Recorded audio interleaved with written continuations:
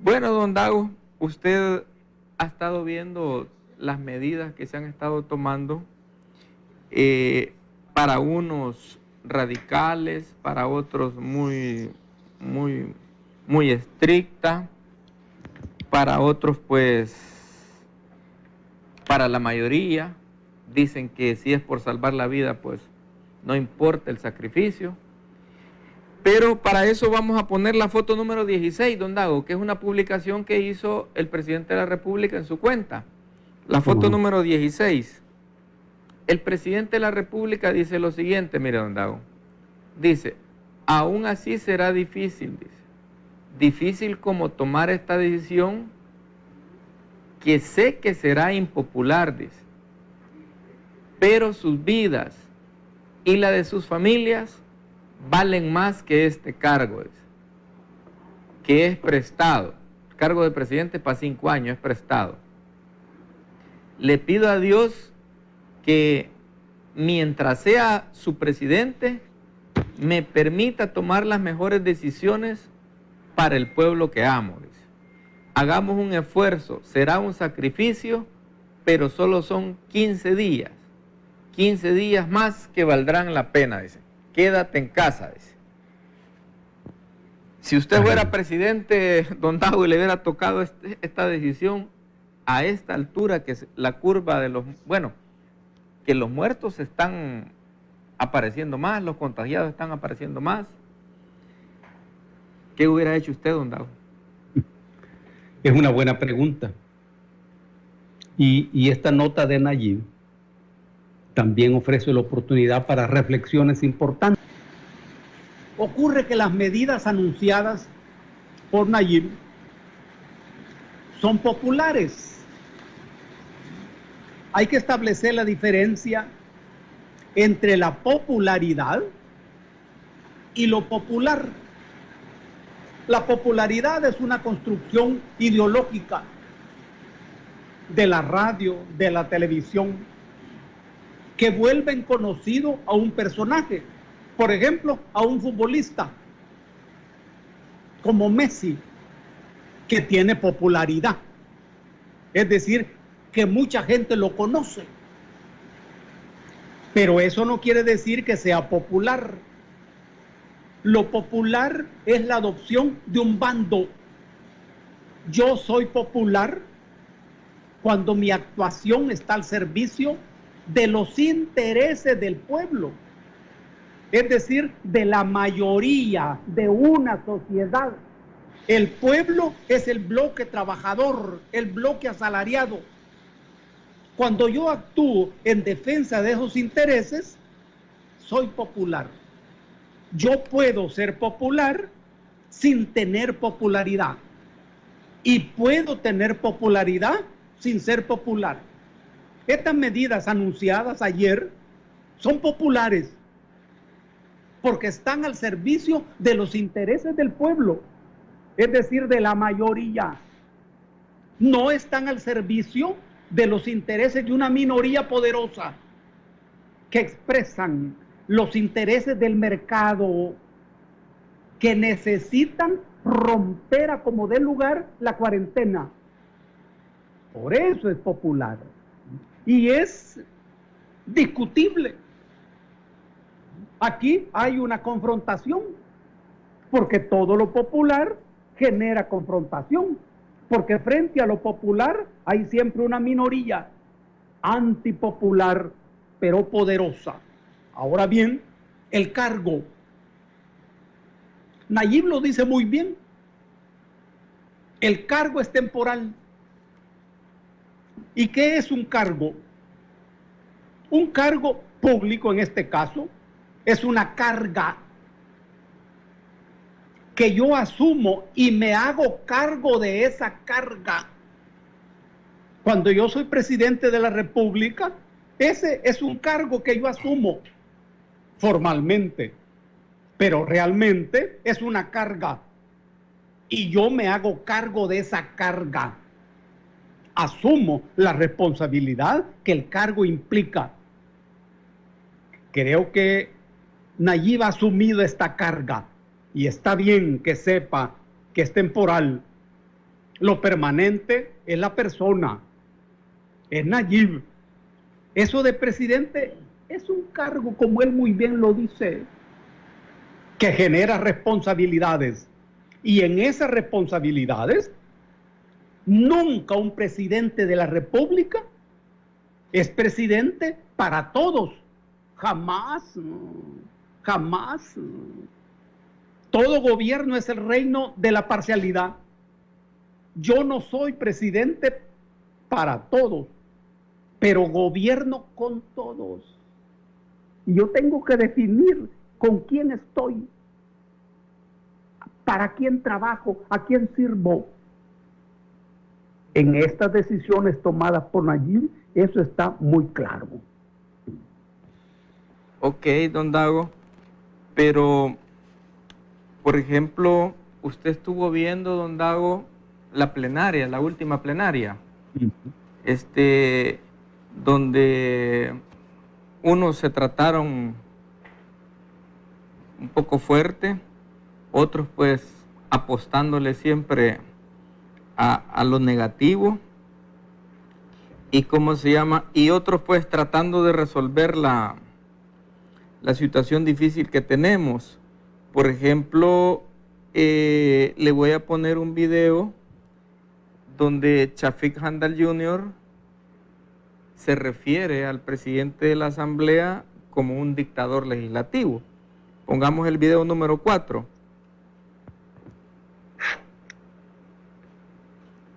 De seguir con ese estilo, usted, presidente, aparte de que una vez dijo que nunca iba a aprobar nada entre claros y oscuros, que usted no era de ese tipo, usted se está ganando el título de dictador legislativo, porque está rompiendo todos los procesos. Que quede claro, presidente. Gracias.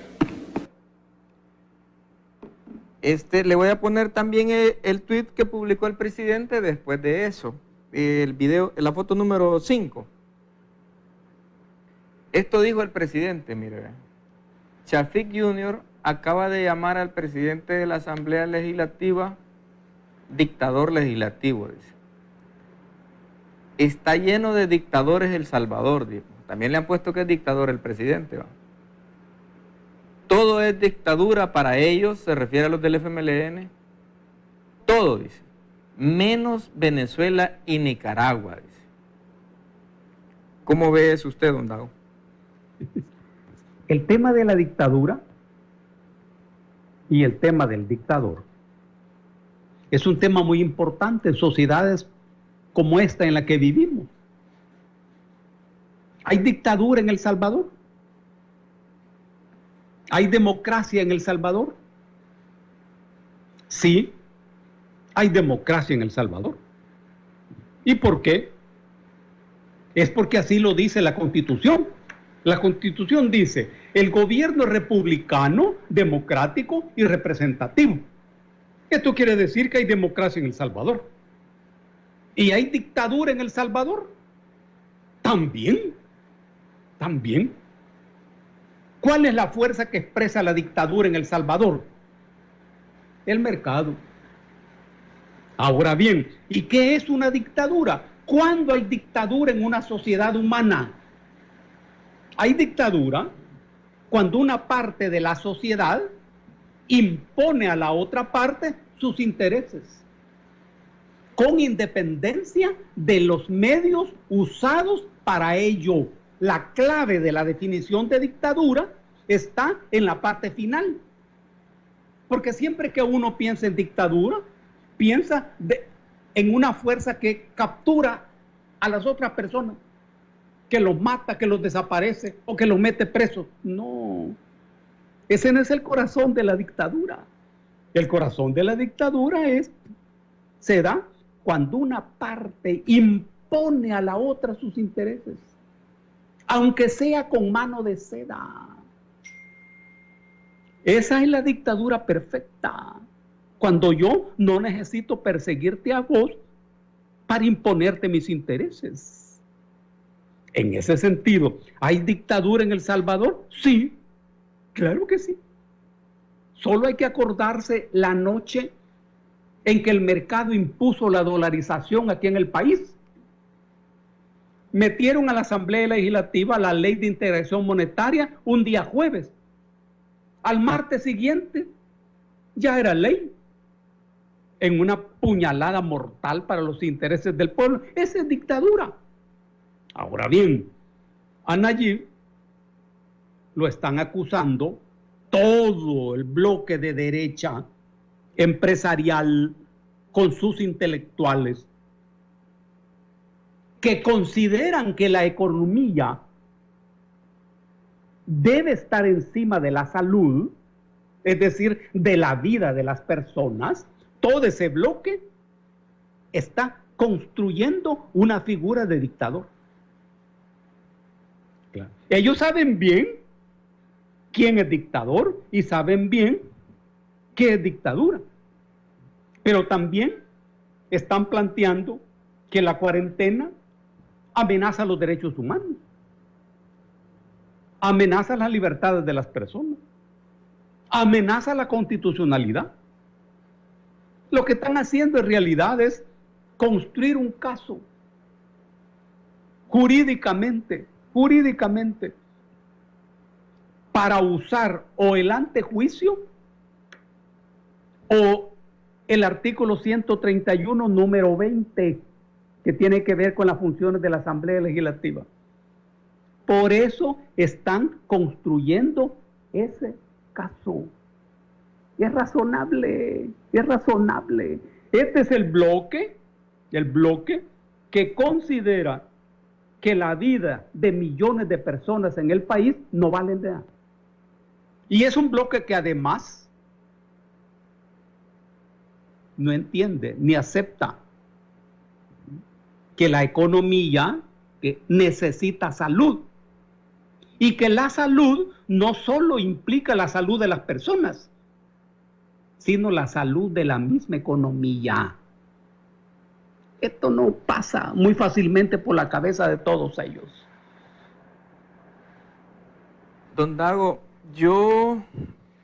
usted tendrá más conocimiento porque usted es muy estudioso de la historia, es muy estudioso de un montón de temas, pero yo solo voy a hacer uso de mi memoria, de lo que recuerdo en mis años. Para mí un dictador es alguien que llegó tipo por la vía de las armas, así como llegó Lenin, así como llegó Fidel Castro, así como llegó la primera vez este muchacho Ortega de Nicaragua, tras una lucha revolucionaria y se tomaron el poder por la vía de las armas. Para mí, y de ahí pues cambian las reglas, ¿verdad? Y después toman decisiones de que empiezan a fusilar a todo el que es opositor, a todo el que no les gusta, y empiezan a fusilar hasta los mismos que le ayudaron a llegar ahí, con solo que no estén de acuerdo con su nuevo programa. Hoy en la época moderna, hoy ya el siglo XX, XXI, para mí un dictador que gane las elecciones popularmente, como digamos como la ganó Chávez en Venezuela, como la ganó Maduro, como las ha ganado Ortega hoy últimamente en Nicaragua. Para mí, de la única manera que usted puede tener el control de un país y hacer lo que quiera es de que usted tenga control de los 15 magistrados de la Corte Suprema de Justicia, que usted haya puesto el fiscal, que usted haya puesto los 3 magistrados de la Corte de Cuentas, que usted haya puesto los 5 magistrados del Tribunal Supremo Electoral. Para mí, en ese momento sí se le podría llamar a alguien de esa manera, porque él puede hacer lo que le dé la gana y nadie se puede ir a quejar a ninguno de los supuestos 3 poderes que son separados, porque el líder controla los 3 poderes, don Dago. Y yo veo que el presidente Bukele pues ni siquiera una bancada representativa tiene en la Asamblea, mucho menos los otros poderes.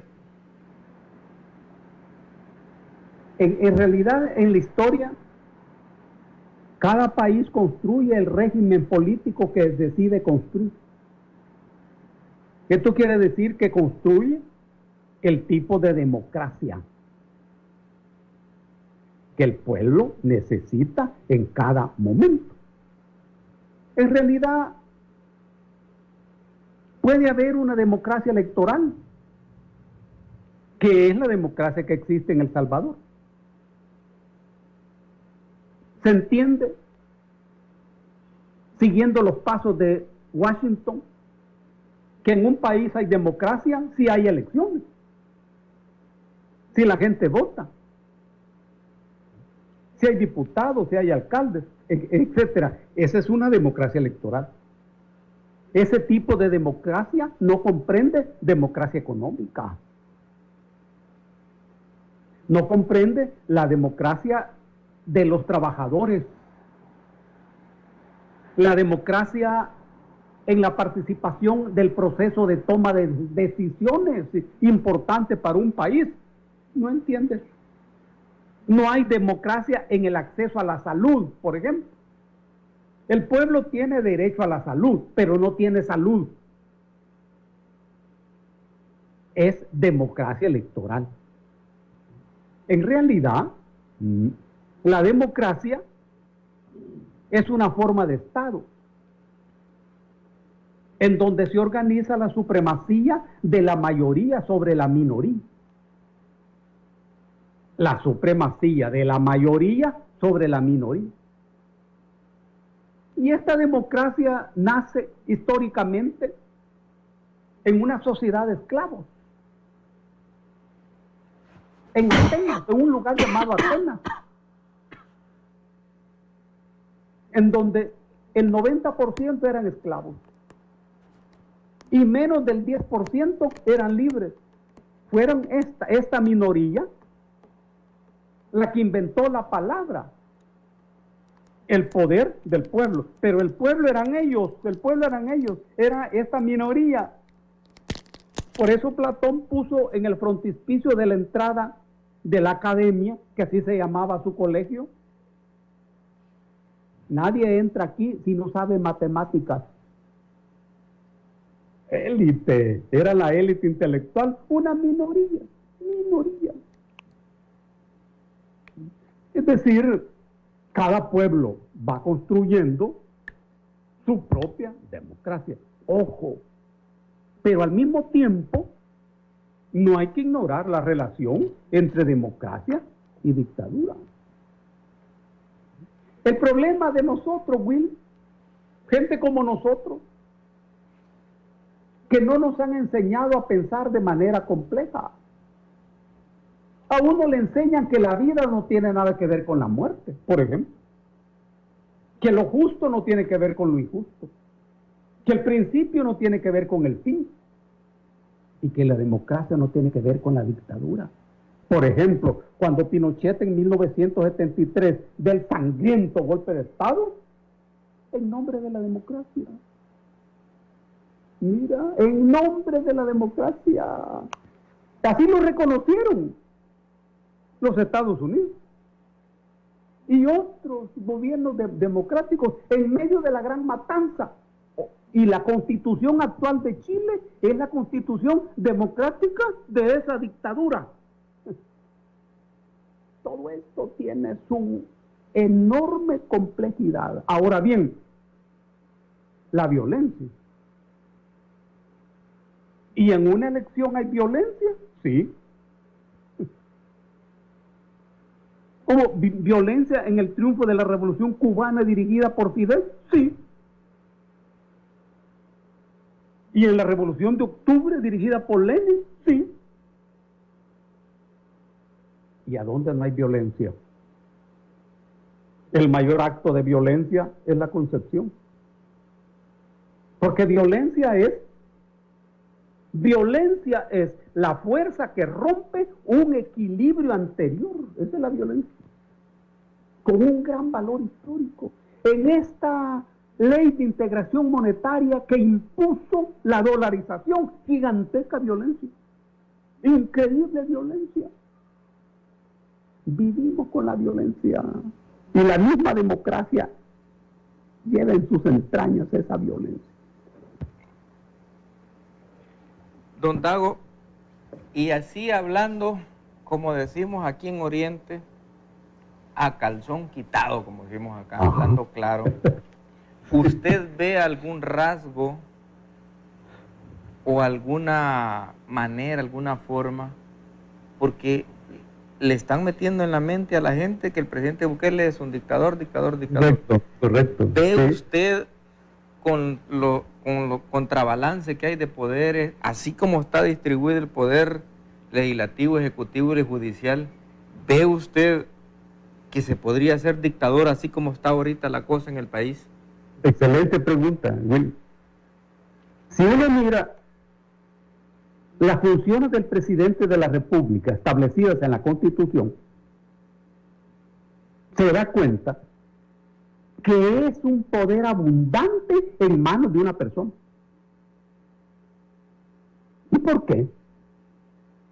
Es que las funciones del presidente de la República son tomadas de las monarquías europeas. Lo mismo que en las constituciones de nosotros. Y el presidente tiene las funciones de un rey. Aquí, en nuestro sistema, no hay un primer poder, un segundo poder, un tercer poder. Eso no existe. Pero el presidente es, sin embargo, el funcionario con más poder. Dueño de la Fuerza Armada, de la Policía Nacional, de la OIE, es el que hace el presupuesto.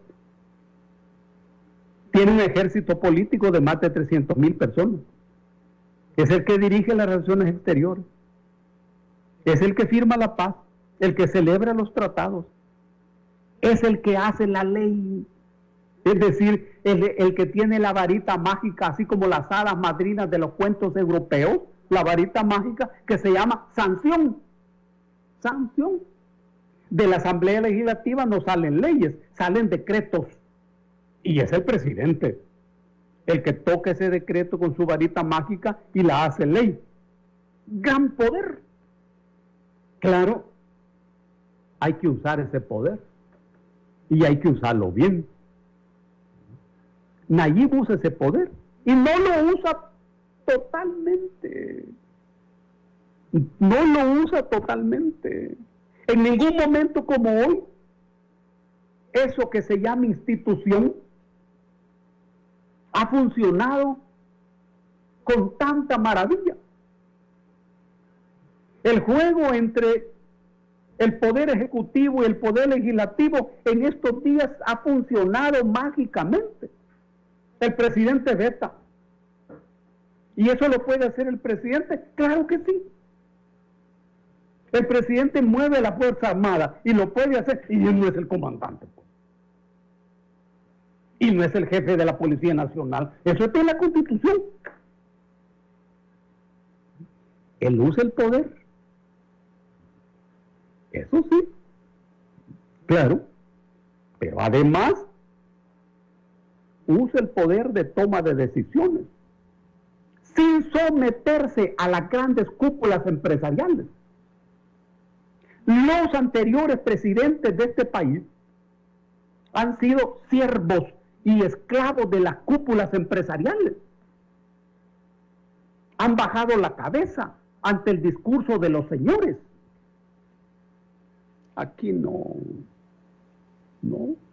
es eso lo que se mira. Y entonces, para esos sectores oligárquicos acostumbrados a someter a los presidentes, esta es una amenaza. Y este hombre es un dictador. Claro. ¿Y qué dice el pueblo? Hace poco se hizo una encuesta y el pueblo apoyó a este hombre quizás en un 90%. Mira si algún medio democrático, de los medios democráticos, publica eso. No dicen nada. No dicen nada. Pero se trata de una campaña ideológica persistente y permanente para instalar en la cabeza del pueblo la idea del dictador. El pueblo debe ser inteligente, brillantemente inteligente, y yo sé que el pueblo es inteligente. Sabe dónde está la dictadura, debe saberlo. debe saberlo. Y el presidente de la República también debe aprender a usar los poderes que tiene. De eso se trata. Porque el bloque de enemigos que está enfrente es muy poderoso. Hasta ahora, en realidad, el gobierno no se defiende.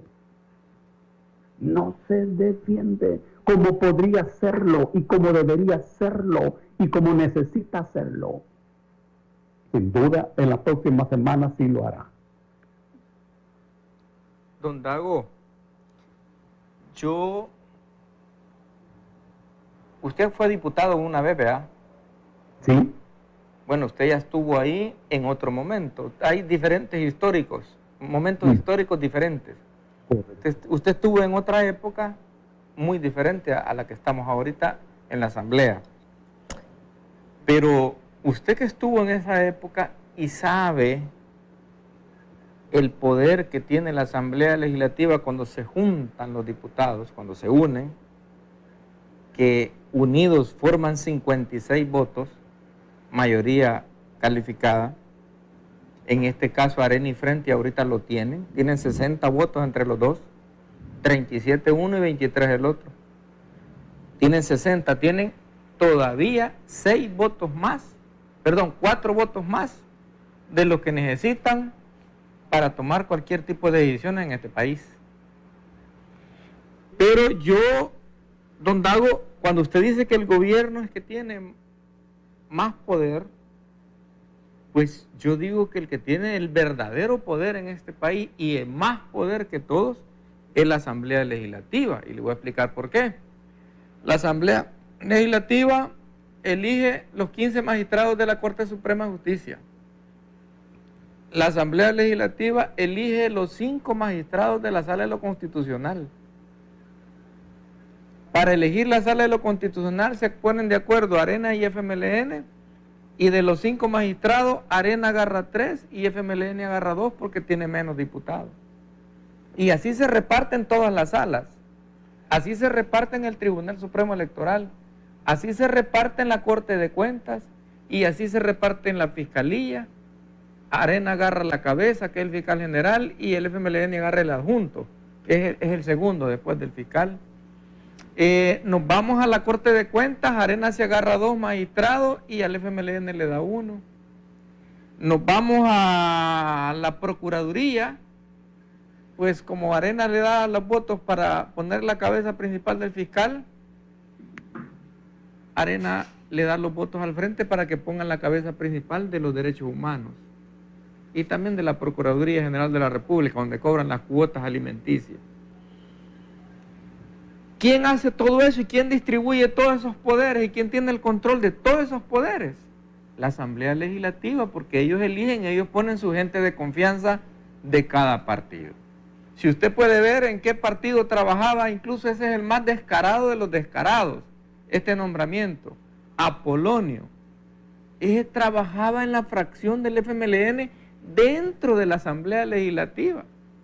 O sea, ni siquiera se taparon la cara para ocultar la sinvergüenzada. Por lo menos hubieran puesto a alguien que ni siquiera haya estado trabajando dentro de la Asamblea, como empleado de la Asamblea, y mucho menos dentro de la fracción del FMLN. Pero, le vale. Lo eligieron y lo pusieron y listo. ¿Por qué? Porque ese es el hombre de confianza de ellos. Nadie más, solo él. Y así tienen la Corte Suprema, tienen todo. Entonces, para mí, los diputados tienen el poder de disolver la Fuerza Armada. Solo reforman la Constitución en un periodo y la ratifican en el otro y se acabó. No hay Fuerza Armada. Lo pueden hacer. Tienen el poder de inventarse, porque así lo dice la ley, que ellos pueden elegir 5 médicos, ellos, los diputados, pueden elegir 5 médicos, y de esos 5 médicos hacerle un examen psicológico al presidente, y esos 5 médicos que ellos eligieron, dicen que el presidente tiene problemas mentales, y listo, le quitan el fuero y va para afuera, lo quitan. Entonces, ¿quién tendrá más poder, don Dago? La Asamblea cuando se junta o el presidente que manda a la Fuerza Armada, que ellos la pueden disolver si quieren? Has descrito bien, Will, el modus operandi de la Asamblea Legislativa. Todas las asambleas legislativas son así. Y el concepto Asamblea Legislativa es una figura que expresa un continente,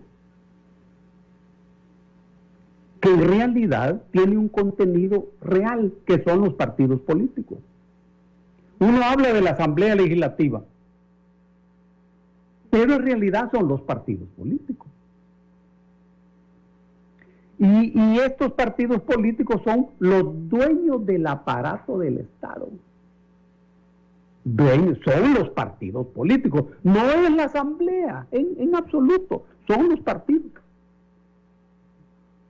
Y ellos se distribuyen, así como vos lo has descrito. Ojo, Will, ¿y eso es legal? Pues sí, es constitucional. ¡Claro! Allí no hay ninguna trampa, no. El sistema está diseñado para que sea así. Para que se juegue un juego cumpliendo reglas establecidas en la Constitución. Pero la Constitución no contiene el juego que se juega con las reglas. Porque el juego es la construcción económica, social, política, ideológica que se desarrolla en el seno de la sociedad. Este juego tiene dueños. Y los dueños de ese juego acuerdan un conjunto de reglas que se llama Constitución Política. Y la primera regla que establecen es que esas reglas no deben cumplirse. Claro. Y entonces, la regulación constitucional establece que los partidos se distribuyan eso. Y son los dueños de la corte, dueños de todo. Eso es así. Esto tiene una historia increíble. Es cierto, yo fui diputado en la década del 70 y fui diputado hoy después de la Guerra Civil. Aquí hay un rasgo fundamental. Es que cuando yo fui diputado, los partidos políticos hacían política. Porque en la década del 70, para el caso, yo fui diputado de la Unión Nacional Opositora, que era la alianza política entre la Democracia Cristiana, el Partido Comunista y el Movimiento Nacional Revolucionario. Una alianza política. Y los partidos políticos hacíamos política. Claro. Era la antesala de la Guerra Civil, de esos años, los años del 70. Hoy, en el 2000, los partidos políticos no hacen política, renunciaron a hacer política y pasaron a hacer negocios. Entonces, la Asamblea Legislativa pierde autoridad, carece de prestigio por la abundancia de los acuerdos negociados. En la Asamblea Legislativa se hacen muchos negocios, pero no hay negociaciones. En la Asamblea Legislativa hay negociantes, pero no hay negociadores. Y la gente mira eso. La gente mira eso. Es un foro político en donde deben haber negociaciones, de eso se trata. Pero la figura de la negociación tiene un corazón político, el negocio no. Cuando yo hago un negocio, el beneficio es para mí, o la pérdida es para mí, o es para el otro. El negocio es diferente a la negociación. Cuando yo hago una negociación, la ventaja no la gozo yo, pero la pérdida sí la puedo negociar. Por ejemplo, cuando negociamos el fin de la guerra civil. El problema de hoy, Will, es que los partidos políticos han renunciado a hacer política y han optado por hacer negocios. Este es el escenario actual, al grado tal que el presidente de la República no tiene que ver con ningún partido político, no tiene ningún compromiso con ningún partido político. Y esto les complica la cosa a los dueños del país, porque los partidos son como las vías que tiene el poder económico para mover sus piezas y sus tentáculos en la Asamblea Legislativa y lograr las leyes que necesitan y las leyes que les convienen. Pero es que el presidente no tiene que ver con ningún partido político. Y eso es un problema, un peligro o hasta una amenaza. Mira qué tema. Ahora, ¿quién tiene más poder? Ese no es el punto. Porque todos los órganos de gobierno tienen funciones. Ahora, el poder judicial es el poder que históricamente nace de último. Nace de último. Todo esto viene de la antigua Roma, Will. En Roma los diputados eran los patricios, así les llamaban. Pero llegó un momento en que el pueblo dijo, nosotros queremos estar en la asamblea. Y los señorones les dijeron, no, porque ustedes son la plebe. Plebe es el término latín que quiere decir pueblo, los plebeyos. Y entonces los plebeyos dijeron, pues no participamos en la guerra de ustedes y nos retiramos al monte, defiéndanse ustedes solos. Los señores tuvieron que acceder a que los plebeyos fueran diputados y les llamaban tribunos, los tribunos. Pero entonces los señores empezaron a matarlos, a los tribunos. Y el Senado les dio inmunidad a los tribunos. De ahí viene la inmunidad de ahora. Y condenó a muerte a todo patricio que matara a un tribuno. Pero entonces los patricios dijeron, trabajemos en un área en donde no lleguen estos tribunos de la plebe. Y pasaron al pretoriado, a los pretores, que eran los que aplicaban la ley. Es lo que hoy se llama Poder Judicial, Corte Suprema de Justicia. Mira qué historia de todo esto, Will. Te estás tocando temas impresionantes vos. Te cae bien estar en San Miguel, porque ahí hay gente muy inteligente. Bueno, don Dago, pero ahorita me están reclamando dos cosas en Facebook. Una, que por qué lo invito a tan largo plazo. Y yo les voy a decir que don Dago no acepta entrevistas a cada rato, sino que allá de vez en cuando, como dice la canción de Aniceto Molina, ¿verdad? Sí. De vez en cuando. De vez en cuando. Entonces, así que les aclaramos a los amigos de Facebook por qué don Dago no está seguido en TVO, porque cuesta hacerlo llegar. La otra que están aquí, ya están escribiendo mucho, que usted y yo estamos equivocados en nuestro punto de vista, que usted dice que el poder lo tiene el presidente, yo digo que el verdadero poder lo tiene la asamblea, pero la gente en Facebook está diciendo, no, el verdadero poder lo tiene el pueblo, dice. En parte tienen razón, porque el pueblo es el que vota y elige a todos estos 84 diputados. Que estos 84 diputados son más listos, más inteligentes con el pueblo en lavarles el coco y en hacerlos que voten. Mire, 37 diputados le dieron arena, 23 le dieron al FMLN.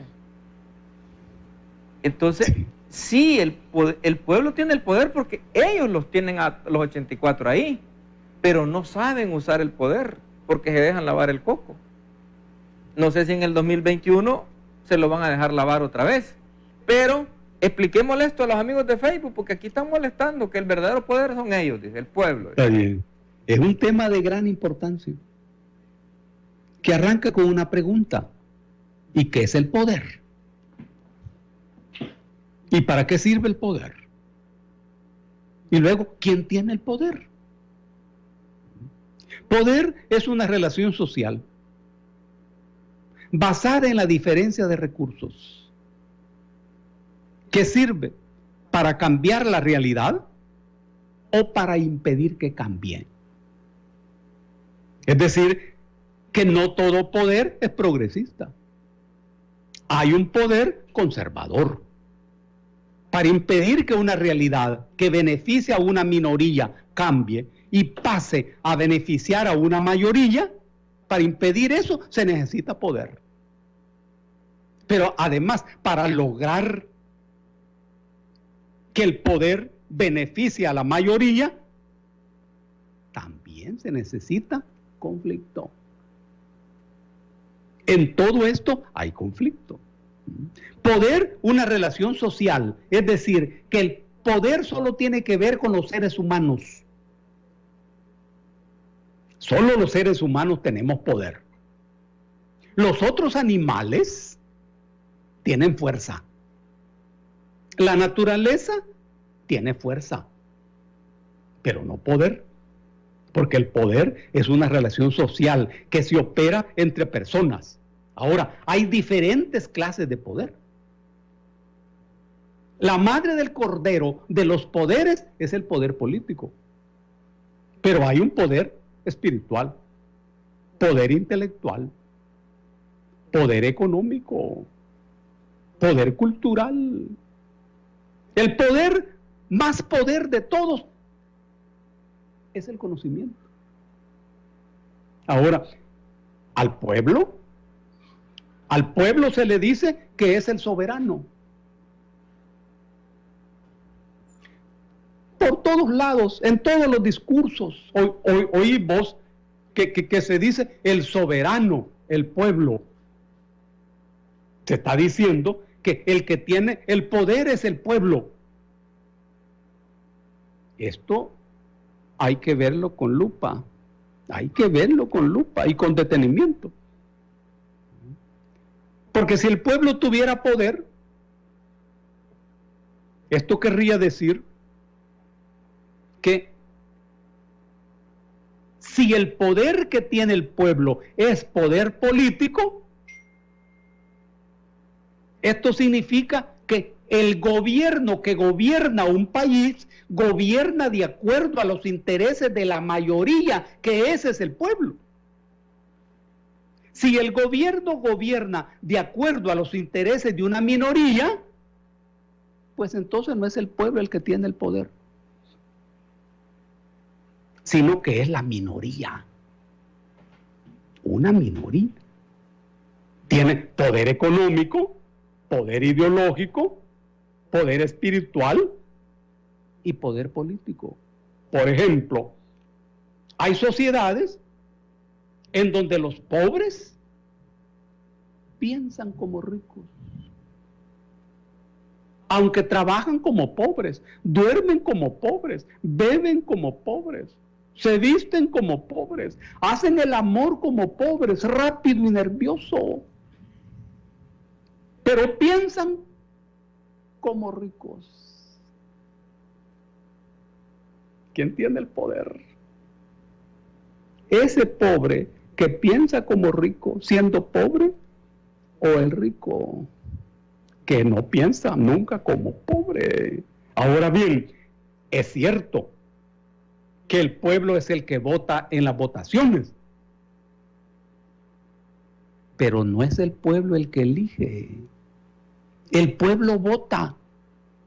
Votar es un acto fáctico mediante el cual una persona marca una papeleta y la echa en una caja.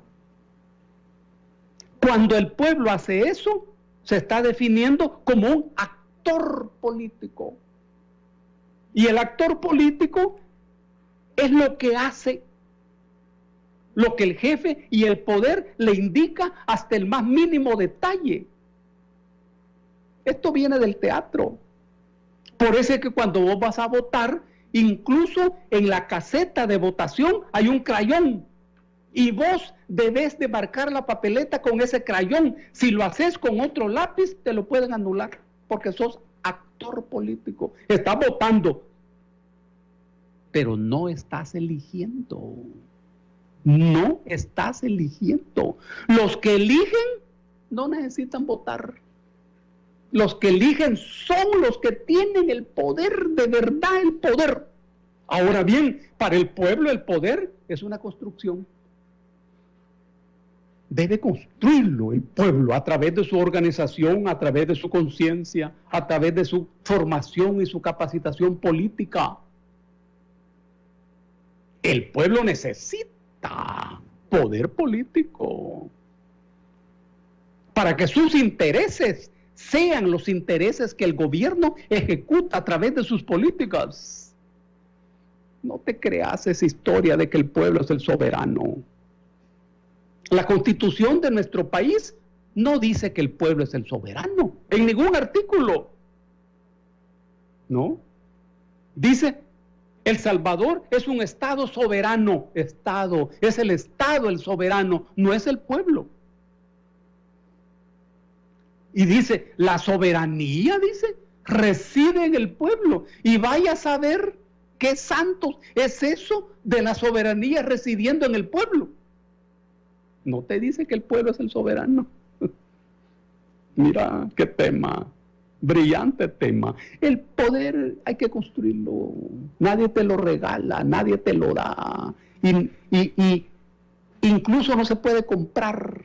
Un león se hace el jefe de una manada. Esa función implica dos cosas. Uno, la reproducción de la manada y la defensa de la manada. Eso le dura unos 3 años. A los 3 años aparece otro león más fuerte y lo derrota. ¿Qué le ocurre a ese león? Lo expulsa a la manada y muere. Ahora, ese león puede lograr que el nuevo jefe de la manada lo nombre de asesor. Solo porque él conoce a todas las leonas y conoce la manada. ¿Puede hacer eso? ¿El león que acaba de ser derrotado? No, no puede, porque no tiene poder, solo tiene fuerza. Pero entonces aparece otro león más fuerte. ¿Ves la diferencia entre fuerza y poder? Si vos tenés poder, tenés fuerza. Pero si tenés fuerza, eso no te da necesariamente poder. Hay que construirlo. Don Dago, vámonos a otro tema. Para mí, los diputados en la Asamblea están manejando muy bien, pero muy bien, porque mucha gente se lo está creyendo. Están manejando la campaña de que al gobierno le han dado mucho dinero, pero mucho dinero en préstamos. Vea, lo que no dicen es que los préstamos llevan 2 etapas. Uno, cuando lo autorizan, para que lo salgan a negociar, lo salgan a buscar a ver quién le va a prestar al gobierno, que es que lo aprueban con 43 votos en una plenaria. Pero eso no es que ya tiene el dinero, pues lo autorizaron a ir a buscarlo. Cuando el gobierno ya encuentra el dinero, quien se lo va a prestar, pues regresa el ministro de Hacienda a la Asamblea y les dice, bueno, de estos 2.000 millones que me autorizaron para la emergencia del COVID, ya logré conseguir 351. Entonces necesito que me ratifiquen este crédito. Y en ese momento, que es otra plenaria, otra votación, que ya no es con 43 votos, no que es con 56, porque hay que ratificarlo, pues ahí se ve si en realidad están votando por un préstamo o en realidad lo están autorizando. Porque que lo aprueben la primera vez con 43, eso no significa nada. Lo que de verdaderamente significa es la segunda votación con 56 votos donde lo ratifican. Le voy a poner un ejemplo en la foto, permítame que ya la perdí, la foto número 17. Esto salió en el diario El Mundo, mire. El ministro de Hacienda fue a rebuscarse y encontró por ahí que le prestaran 398 millones de los 2.000. Vea, todavía quedan el resto para llegar a 2.000, vea. Y el titular dice, se frustra primeros 398 millones de los 2.000 millones para la emergencia del COVID. Subámoslo, niños. La Comisión de Hacienda de la Asamblea Legislativa no logró suficientes votos para incorporar un crédito de 398 millones al fondo de emergencia por la pandemia COVID. Un instrumento aprobado para negociar deuda por hasta 2.000 millones de dólares. El director general del presupuesto explicó a los diputados que el crédito proviene del único préstamo que se ha logrado conseguir, el único que han logrado conseguir en todo el mundo, porque hoy todo el mundo anda buscando dinero prestado, todo el mundo, con el Fondo Monetario Internacional. Pues mire cómo son de malilla estos diputados. Al pueblo le dicen que le han dado muchos millones al gobierno. Hoy que consiguió el gobierno 398 millones, no le dieron los votos para firmarlo y que se los den. Pero a la gente le han metido en el coco que el gobierno tiene muchísimo dinero, pero preaprobado, no aprobado. Don Dago. Está bien. Hay una figura que es necesario tenerla muy en cuenta, que se llama ideología. Nosotros somos el único animal que usa la ideología. Ninguno de los otros animales como nosotros es ideológico. La ideología funciona como cuando uno se pone anteojos oscuros y entonces mira la realidad y el mundo circundante de una manera relacionada con el color de los anteojos que uno usa. Esa es la ideología, que está situada en el cerebro. Todos tenemos ideología, que es el conjunto de puntos de vista, opiniones, pareceres, tesis, hipótesis, culturas, que vienen de nuestros padres, de nuestros abuelos, de nuestro barrio, en ocasiones del cura, de la escuela. Esa es la ideología.